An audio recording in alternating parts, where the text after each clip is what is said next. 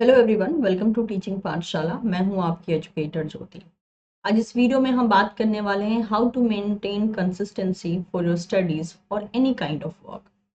आप चाहें स्टूडेंट हो या कहीं आप जॉब कर रहे हो या आप लैब में जो है एज अ ट्रेनी आपने ज्वाइन किया हो या किसी भी तरीके का आपके पास इनकम सोर्स है या फिर आपकी लाइफ में कोई ऐसा काम है जिसको कि आपको डेली करना पड़ता है, राइट?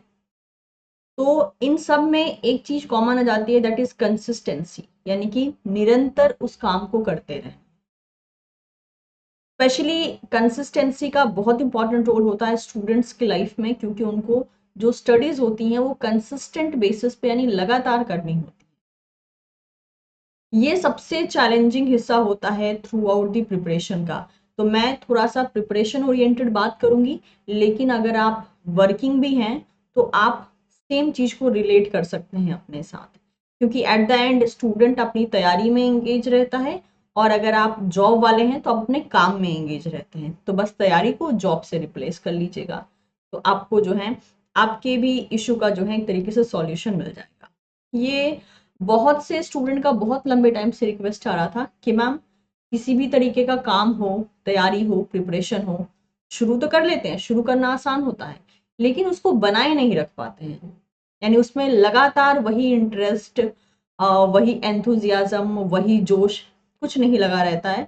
कुछ टाइम के बाद वो सब डाउन हो जाता है। तो इस कंसिस्टेंसी को मेंटेन कैसे करें? ठीक है, तो मैं आपके सामने दो पिक्चर दिखाना चाहूंगी, क्योंकि कंसिस्टेंसी को मेंटेन करने के लिए पहले उसकी इम्पोर्टेंस समझना जरूरी है। क्योंकि कंसिस्टेंसी आपको आपकी लाइफ में क्या करवा सकती है, इस बात का अगर आपको एहसास हो तो चांसेस हैं कि आप उसको मेंटेन करने की कोशिश करोगे। कहते हैं ना, कोशिश करने वालों की हार नहीं होती है। ये कोशिश ही होता है जो हमको जीरो से हीरो बना देता है। ये कोशिश ही होता है जिसमें कि हमारे पास नथिंग से एवरीथिंग चला आता है। ठीक है, तो ये प्रयास ही होता है जो कि आपको एक पॉइंट से दूसरे पॉइंट पे पहुंचाता है। जैसे कि मान लीजिए कोई मुझे कहे, अरे भाई तुम्हारा तो दिमाग बड़ा अच्छा चलता है, बट व्हाट इफ अगर मैं उस दिमाग को का इस्तेमाल सही जगह पे और लगातार ना करूं तो मेरा ये फास्ट चलने वाला दिमाग किसी काम का रहेगा? क्या मैं उससे कुछ फ्रूटफुल कर पाऊंगी? क्या मैं उससे अपनी लाइफ को बेटर बनाने के लिए कुछ किसी भी तरीके से इस्तेमाल कर पाऊंगी? नहीं। तो इसलिए ज़रूरी होता है हमें ये जानना कि ये कंसिस्टेंसी हमारी ज़िंदगी में क्या रोल प्ले करती है, यानी कि किसी भी काम को लगातार करना ये हमारी ज़िंदगी में क्या रोल प्ले करता है।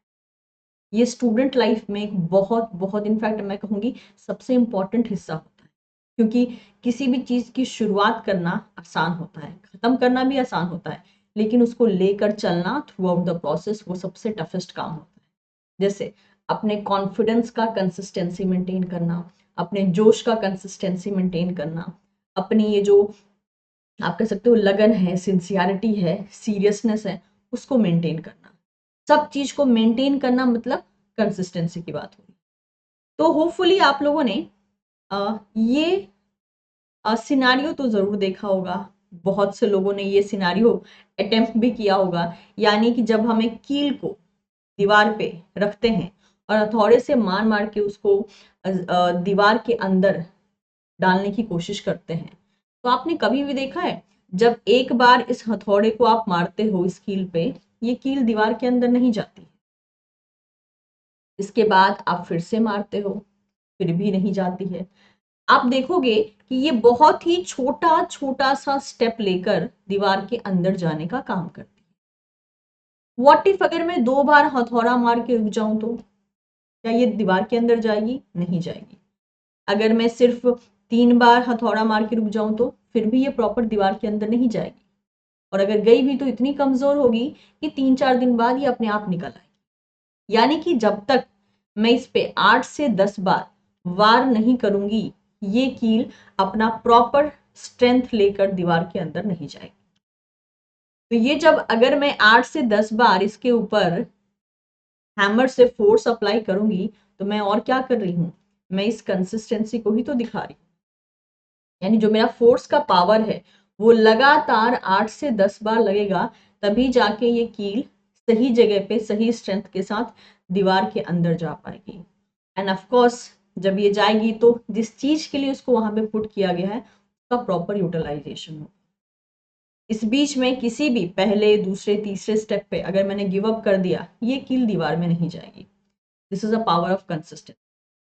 नेक्स्ट एग्जाम्पल देखिए, ये भी आपने देखा होगा, जब किसी पत्थर बहुत मजबूत होते हैं राइट, इतनी आसानी से नहीं टूटते हैं।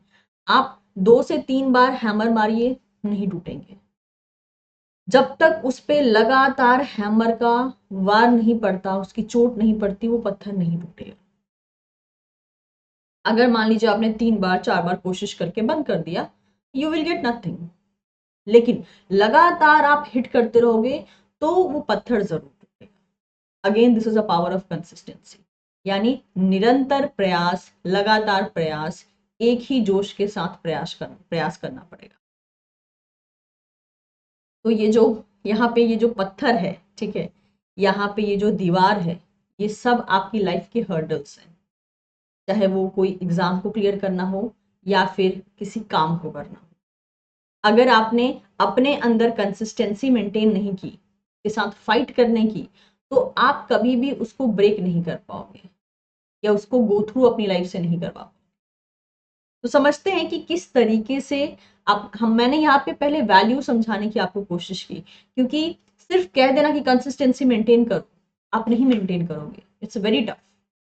लेकिन वैल्यू जब पता होती है ना, किसी चीज की कीमत पता होती है कि भाई ये काम करने से मुझे जिंदगी में क्या मिल सकता है, तो तब हमको वो काम करने का कोई एक मोटिवेशन मिलता है। आपको वजह पता ना हो, बस आपसे काम करने को कहा जाए, आप कुछ ही दिन में बोर हो जाओगे।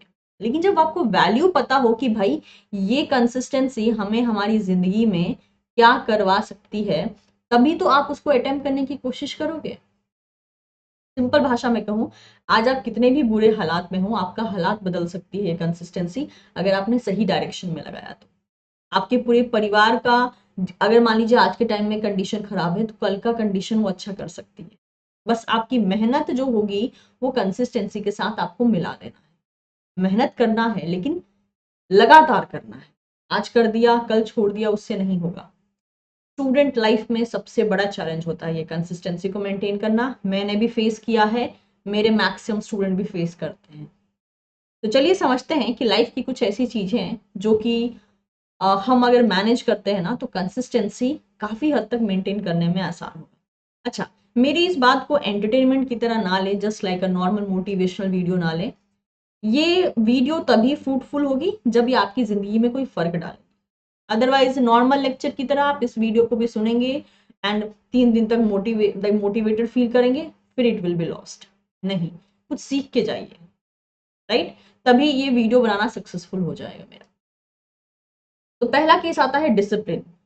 आई मस्ट टेल यू, ये बहुत टफेस्ट पार्ट है, डिसिप्लिन लाइफ में मेंटेन करना। डिसिप्लिन मतलब, अगर आप स्टूडेंट लाइफ में हैं तो आपको पता है आपका जितना जरूरी है सोना, उतना ही जरूरी है जाग कर तैयारी करना, सही समय पे जाग के तैयारी। कोई ये नहीं कहता है अपनी नींद त्याग दीजिए, अपना सुख चैन खो दीजिए तैयारी के टाइम पे, नहीं। वो भी जरूरी है, क्योंकि सबसे पहले फिजिकली फिट होना जरूरी है, तभी मेंटल जो आपका स्टेटस होता है वो काम कर पाता है। बीमार रहकर आप 12 घंटे 18 घंटे मेहनत नहीं कर सकते हो। तो I will always suggest, first prioritize your physical health, then go for a mental wellbeing, मतलब कि मेंटली जो आपको मेहनत करना है। तो उसमें सबसे बड़ा रोल आता है डिसिप्लिन का, बहुत टफेस्ट पार्ट है। जैसे डिसिप्लिन बना लीजिए कि रोज सुबह 5 बजे उठना है, इट्स वेरी टफ। मुझे अभी भी इशू होता है कि अगर मैं टाइमली, अगर कोई टाइम सेट करती हूँ कि हाँ मुझे आपसे इतने बजे उठना है, कभी उतने बजे उठना हो पाता है, कभी आधे घंटे लेट, कभी 1 घंटे लेट। तो it is very tough, discipline को लाइफ में मेंटेन करना बहुत टफ है।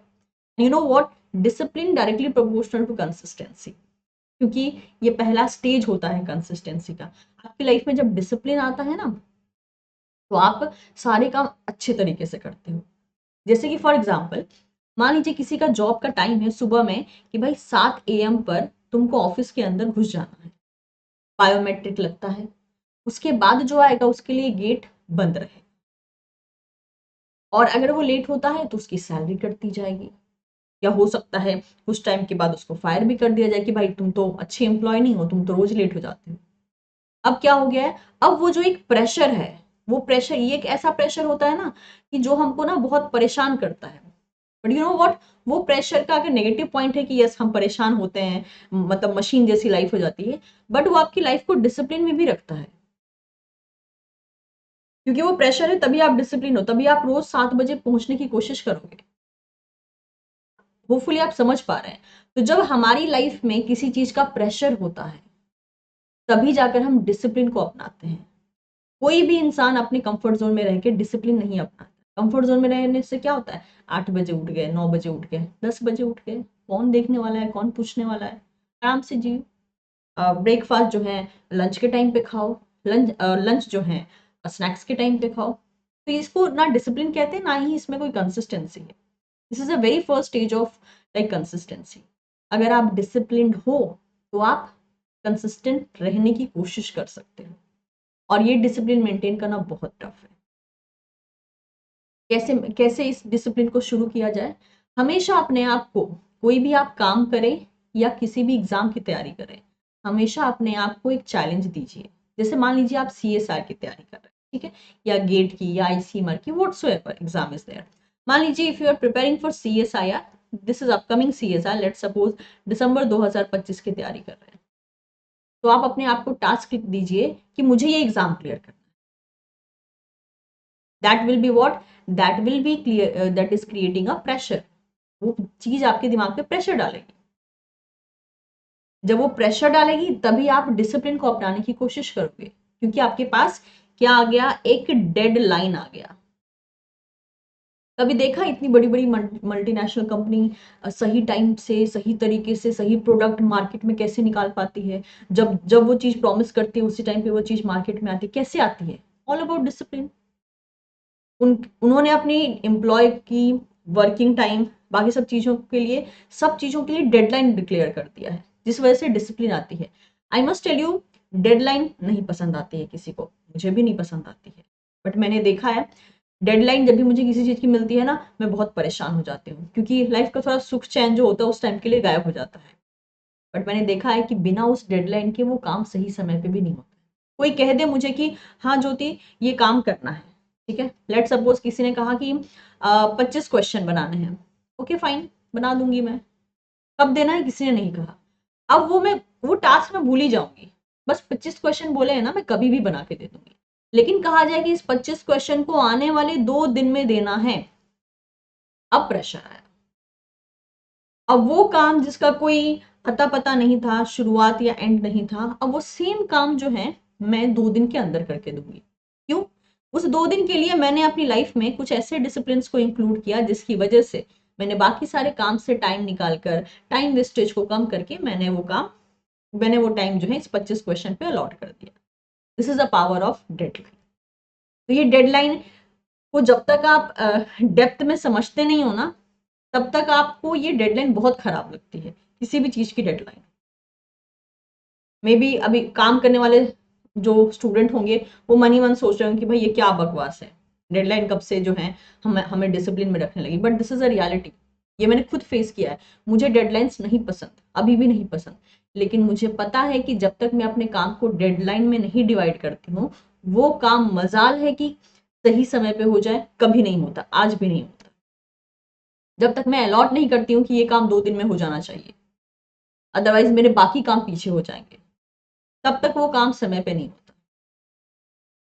तो ये जो डेडलाइन है ये आपकी लाइफ में प्रेशर क्रिएट करता है, और इस प्रेशर से आप डिसिप्लिन में आते हो, और फिर ये डिसिप्लिन आपको कंसिस्टेंसी के फर्स्ट स्टेप पे लेकर जाता है। तो आपकी लाइफ में अगर ये डिसिप्लिन नहीं है तो पहले अपनी लाइफ में वो डेडलाइन खोजिए। जैसे CSR का मैंने कहा कि भाई दिसंबर में CSR मुझे हर हाल में क्लियर करना है, ये होगा आपका डेडलाइन। अब ये जो टाइम बचा है उसमें क्या होगा, आपका दिमाग प्रेशर में आएगा, प्रेशर में आएगा तो आप डिसिप्लिन की तरफ भागोगे, तो देखोगे कि कहाँ से टाइम बचाया जा सकता है। टाइम वेस्टेज के बारे में नहीं सोचोगे, तो टाइम बचाने के बारे में सोचोगे, किस तरीके से मैनेजमेंट किया जाए जिससे कि मेरी लाइफ डिसिप्लिन में आए। ठीक है, नेक्स्ट इसमें आता है आपका टाइम मैनेजमेंट। देखिए, जो इंसान आज के समय में मतलब एक तरीके से बोल लीजिए सक्सेसफुल है, सक्सेसफुल पाथ पे चल रहा है, कुछ इंसान ऐसे हैं जो स्ट्रगल पाथ पे चल रहे हैं, कुछ इंसान ऐसे हैं जिन्होंने जस्ट शुरू किया है। सभी के पास 24 घंटे का ही टाइम है। इस 24 घंटे में जागना, सोना, खाना पीना, घूमना फिरना सब कुछ चला। पता है आर्ट कहाँ है? It is all about use. Use कैसे करते हो आप। टाइम मैनेजमेंट अगर आप प्रॉपर ढंग से करोगे तो कंसिस्टेंसी मेंटेन करोगे, लगातार काम को करोगे।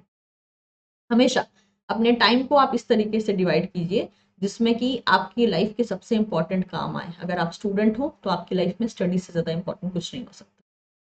अगर आप वर्किंग हो तो पैसे कमाने के लिए काम कर रहे हो, तो आपके वर्क से ज्यादा, स्पेशली वर्किंग आवर में, make sure I am talking about working hour, like अगर आपकी लाइफ में वर्किंग आवर है दैट इज 9 to 5 है, तो इतने घंटे के टाइम में आपका सिर्फ और सिर्फ प्राइमरी फोकस वर्क होना चाहिए।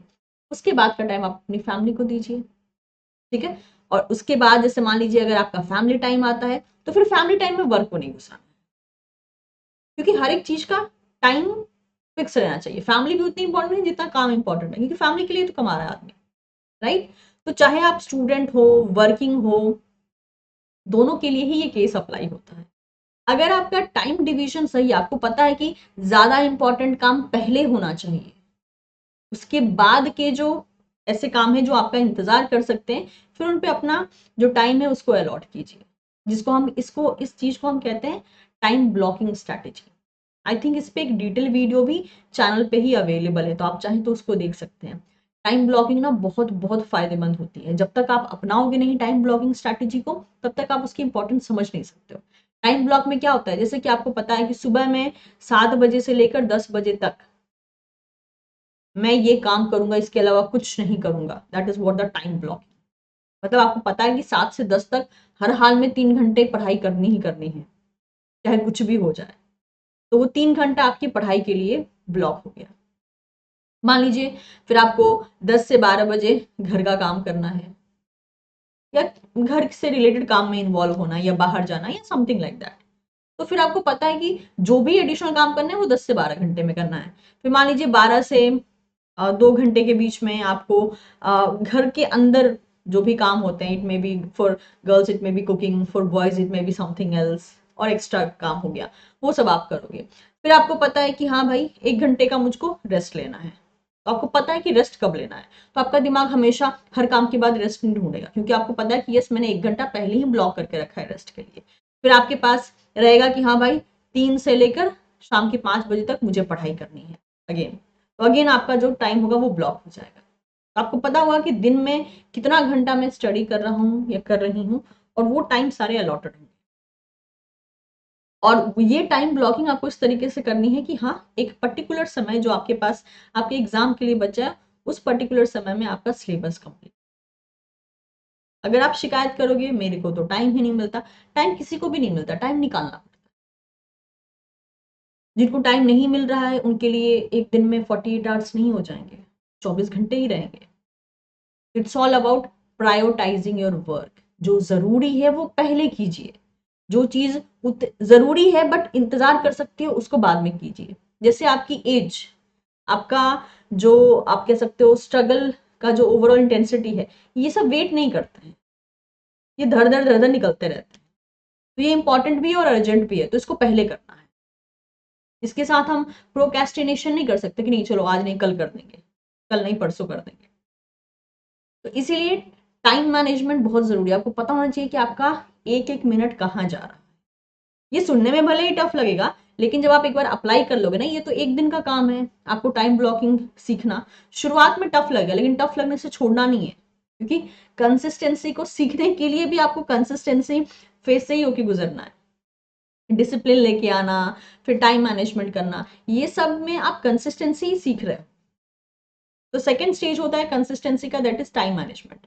You are discipline, you know how to utilize your time, you know कि हाँ आपका 1 घंटा 2 घंटा कहाँ जाएगा, तो ऑटोमेटिकली आप कंसिस्टेंसी की तरफ बढ़ रहे हो, क्योंकि आप रोज फिर वही काम रिपीट करोगे। ठीक है। नेक्स्ट, आपका ब्रेन। आपका ब्रेन कहते हैं ना बहुत चंचल होता है, यहाँ भागेगा वहां भागेगा, हजार टाइप के डिस्ट्रैक्शन होंगे, बट आपको डिसाइड करना होता है कि भाई मेरी लाइफ में इंपॉर्टेंट क्या है। मेरी लाइफ में जरूरी क्या है, मेरा सपना मेरे लिए कितना जरूरी है, मैंने जो एम पाला है वो मेरे लिए कितना जरूरी है। मैं आपको आज एक चीज बता दूं कि अगर वो एम स्ट्रांग नहीं है, वो करो या मरो वाले सिचुएशन में नहीं है, वो एम आप कभी हासिल नहीं कर।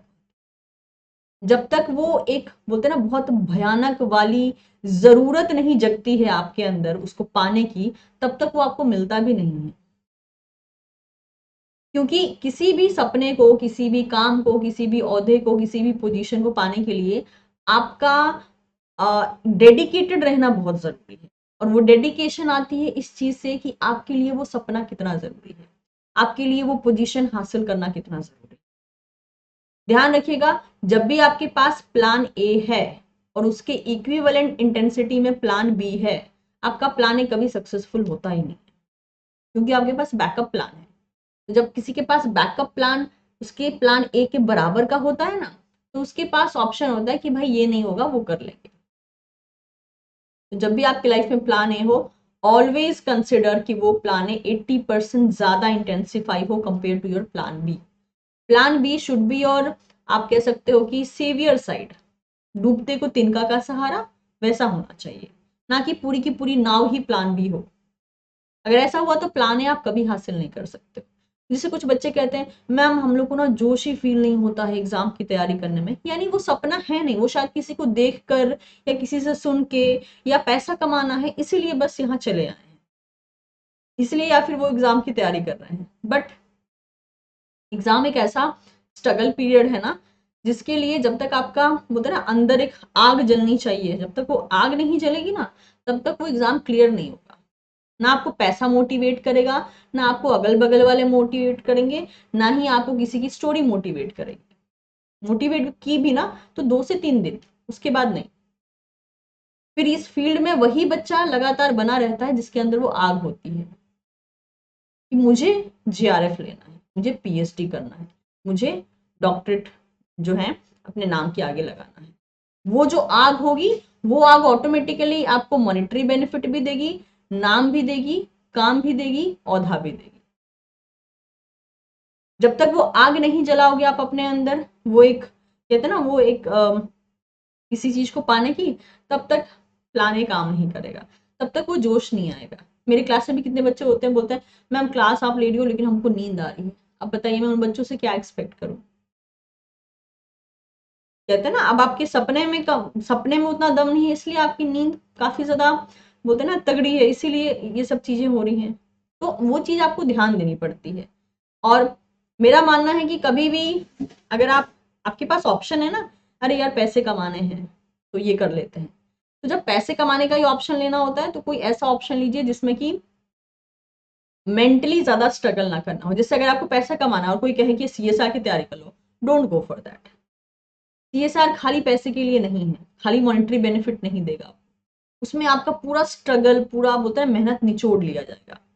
तो आपसे वो लेगा भी उतना ही जितना वो आपको देगा। तो इससे बेटर है कोई और रास्ता ले लीजिए जहां पे इससे कम मेहनत हो, जिसमें कम स्ट्रगल हो। क्योंकि यहाँ तो क्या है ना कि आपको अपना दिमाग लगाना पड़ेगा, आपको खुद को उतना एजुकेट करना पड़ेगा ताकि आप उस लेवल तक पहुंच पाओ कि वो ये एग्जाम क्लियर कर पाओ। तो खाली नौकरी के लिए कर रहे हैं तो बहुत सारी नौकरियां हैं, ये नहीं कहते कि वो नौकरियां आसान होंगी, लेकिन शायद वो सीएसआर से बेटर होंगी। सीएसआर में वही बच्चा आएगा जिसका रिसर्च में इंटरेस्ट, जिसको पीएचडी करना है, जिसको फ्यूचर में चल के उनको कोई साइंटिस्ट की पोजीशन लेने का मन है या साइंटिफिक एरिया में काम करने का मन है, मतलब कि अंदर में वो पोजीशन की आग रहेगी, तभी ये एग्जाम क्लियर करने का आपके अंदर बोलते हैं फ्यूल आएगा। अदरवाइज कमाने के तो बहुत से तरीके हैं, राइट। तो इन सब चीजों को ध्यान में रखिए। दिमाग जो भी ट्रिक प्ले करता है आपके साथ, देखिए कि कौन सा ट्रिक सही है, ठीक है, किस चीज को मैं अगर अपने लिए अप्लाई करूंगा तो वो चीजें मेरे लिए काम करेंगी। इन सब चीजों को मेंटेन अगर आप करते हैं, लाइक डिसिप्लिन हो गया, टाइम मैनेजमेंट हो गया, दिमाग की ट्रिक को समझते हैं या दिमाग को आप उसी तरीके से रखते हैं जिस तरीके से आप रखना चाहते हैं। Avoid over thinking. अब आप बोलोगे ओवर थिंकिंग मैम कैसे अवॉइड करें, किसी किसी बच्चे को बहुत ज्यादा ओवर थिंकिंग होती है। इट्स ऑल अबाउट डू और नन वाली। अगर वो काम कर सकते हो काहे का ओवर थिंकिंग, और अगर नहीं कर सकते हो तो भी काहे का over thinking. If it is in your hand, मतलब कि अगर आप वो चीज आपके हाथ में है, मतलब वो आप बदल सकते हो, तो चिंता करने की बात नहीं है। और अगर नहीं बदल सकते हो तो भी आप चिंता करके क्या ही कर लोगे। तो ये सब कुछ पॉइंट्स हैं जिसके द्वारा कंसिस्टेंसी मेंटेन की जा सकती है। ये पॉइंट्स मैं अपनी जिंदगी में भी अप्लाई करती हूँ। ये मैं नहीं कहूंगी कि मैं अभी तक 100% सक्सेसफुल हो गई हूँ कंसिस्टेंट रहने में, लेकिन मैक्सिमम जो है मैं मेंटेन करती हूँ। मतलब पूरी जिंदगी को अगर, पूरे 24 घंटे को अगर ले लिया जाए 100% में, तो 90% जो है सक्सेसफुल रेट रहता है कंसिस्टेंसी को मेंटेन करने में। अब एक आध दिन ले लीजिए महीने में जिस दिन जोश बहुत ठंडा रहता है, या फिजिकल कुछ मतलब प्रॉब्लम हो गई, या मेंटल बैलेंस उस दिन ठीक नहीं है, तो उस दिन आपका कंसिस्टेंसी थोड़ा डगमगा जाएगा, बट दैट इज फाइन। 30 दिन में 1-2 दिन डगमगाना इज ठीक है। हम इंसान हैं, रोबोट नहीं है, थकते हैं, बहुत से इमोशनल ट्रॉमास भी आते हैं, उससे कारण चीजें फ्लक्चुएट होती हैं, बट कोशिश करना है कि ये जो फ्लक्चुएशन हो वो मैक्सिमम ना हो। ठीक है, तो आप मुझे कमेंट सेक्शन में जरूर बताइएगा कि इनमें से कौन से पॉइंट्स को आप अपनी लाइफ में इनकॉर्पोरेट करने वाले हैं। आपको क्या लगता है कि कौन से पॉइंट को आप अगर अपनी लाइफ में आप इनकॉर्पोरेट करते हैं तो आपकी कंसिस्टेंसी में कुछ सुधार आ सकता है। भी कंसिस्टेंट रहेंगे तो प्रोक्रेस्टिनेशन को अवॉइड करेंगे, यानी आज करे सो कल करे सो परसों, ये वाला जो प्रोक्रेस्टिनेशन है, यानी काम टालने की जो आदत है, उससे भी आप बच पाएंगे। आपके पास कोई सुझाव हो, कमेंट सेक्शन आपके लिए ओपन है, आप अपने पॉइंट ऑफ व्यू को भी हमारे साथ शेयर कर सकते हैं। और कमेंट सेक्शन में आप बता सकते हैं कि आप मेरी बात से कितना सहमति रखते हैं, और आपके पास कोई सुझाव है तो वो भी दे सकते हैं। अगर आपको ये इन्फॉर्मेशन अच्छी लगी हो तो चैनल को सब्सक्राइब कर लीजिएगा आने वाले टाइम में और भी वैरायटी ऑफ वीडियो की इन्फॉर्मेशन पाने के लिए। एंड पसंद आया हो अगर ये वीडियो तो आप अपने दोस्तों के साथ भी शेयर कर सकते हैं। Thank you so much everyone, will see you soon in the next session, bye bye.